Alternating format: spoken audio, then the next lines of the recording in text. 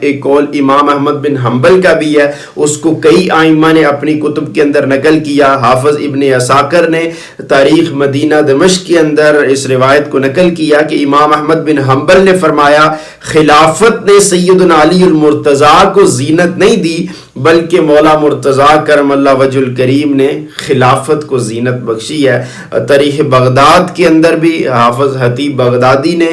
اس قول کو اپنی کتاب کے اندر نقل کیا، اور پھر عصر حاضر میں